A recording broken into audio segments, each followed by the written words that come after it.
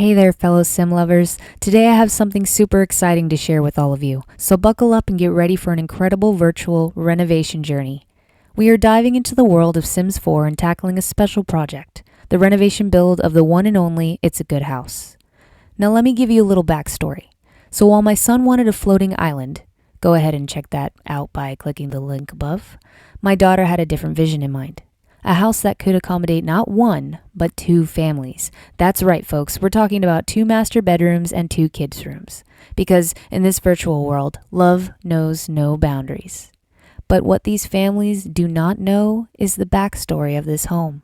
The title alone of It's a Good House isn't given to it for no reason. Story time. In the quaint town of Brindleton Bay, nestled among rolling hills and whispering pines, stood a magnificent old country home. It had been vacant for years, let alone to wither away. But one day, a new owner emerged, a wealthy businessman named Oliver Thornwood, determined to restore the house to its former glory. Thornwood hired a local renovation crew, led by the charismatic and skilled contractor, Loki Black. Black and her team quickly got to work, uncovering the house's hidden beauty beneath layers of dust and neglect. They repaired the creaky floorboards, restored the stained glass windows, and breathed new life into the home. But as the renovation progressed, strange things began to happen. The workers reported hearing eerie noises at night, and some claimed to have seen ghostly apparitions flittering through the corridors. One night, a worker even found a mysterious knife hidden beneath a floorboard. Thornwood brushed off the workers' concerns, attributing them to their overactive imaginations. But when one of the workers was found dead in the house, the atmosphere turned ominous. The police were called in, and Detective Bailey was assigned to the case. Bailey was a seasoned detective, but this case was unlike anything he had ever encountered. The victim, a young man named Michael Smith, had been stabbed to death in the library. There were no signs of forced entry, and no witnesses had come forward. Bailey interviewed the renovation crew and the victims' families and friends, but no one seemed to have a motive for murder. The victim was a well-liked and respected young man with no known enemies. The detective was baffled. He spent hours searching the house for clues, but found nothing. The murder weapon was never recovered, and the killer left no fingerprints or DNA evidence behind. The case went cold, and the house remained vacant for months. But then, one day, Thornwood decided to continue with the renovation. He hired a new crew, and the work resumed. But the eerie events that had plagued the house during the first renovation began again. The workers reported hearing the same noises and seeing the same apparitions. And then one night, another murder occurred. This time the victim was the new contractor, Jack Stone. He was found strangled to death in his office. Detective Bailey was back on the case, but he was no closer to finding the killer. He was starting to suspect that the house itself was somehow responsible for the murders. Bailey did some research on the house's history and discovered that it had been the site of a tragedy many years ago. A young couple had lived in the house during the Victorian era, and they had been murdered in a lover's quarrel. Their spirits were said to still haunt the house.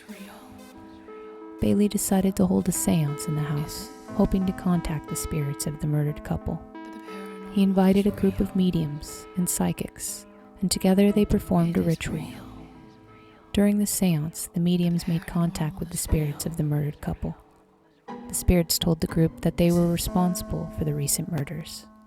They said that they were angry at the new owner for renovating the house and disturbing their peace. Bailey was shocked and skeptical, but he had no other leads. He decided to try to appease the spirits by holding a memorial service in the house. He invited the families of the 2 victims, as well as the members of the renovation crew. During the memorial service, Bailey spoke to the spirits of the murdered couple. He told them that he understood their anger and sorrow, and that he would do everything he could to bring their killers to justice. After the memorial service, the strange events at the house ceased. The renovation was completed, and Thornwood sold the home. Thornwood never forgot the dark history of the home, and now the new owners have taken over with no idea. To this day, the mystery of the murders at the old country home remains unsolved, but the locals say that the spirits of the murdered couple still haunt the house, waiting for justice to be served.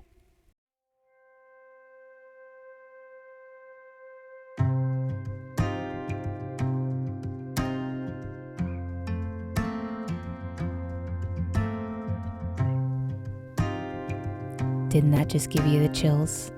But there you have it, folks. The colorful, exotic, and inclusive renovated It's a Good House. I hope this virtual journey inspired you as much as it inspired me. Remember, love knows no boundaries.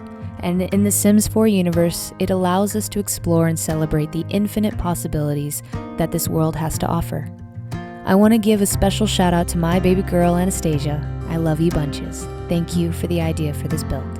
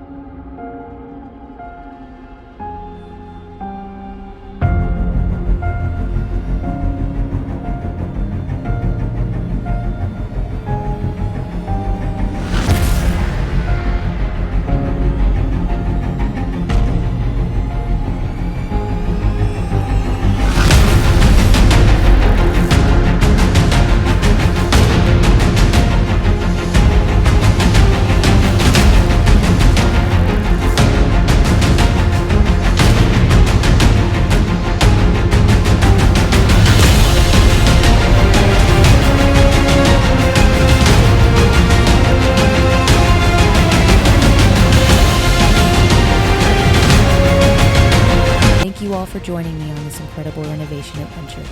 Don't forget to hit that subscribe button and leave a comment down below. As always, stay wonderful, stay creative, and keep on simming.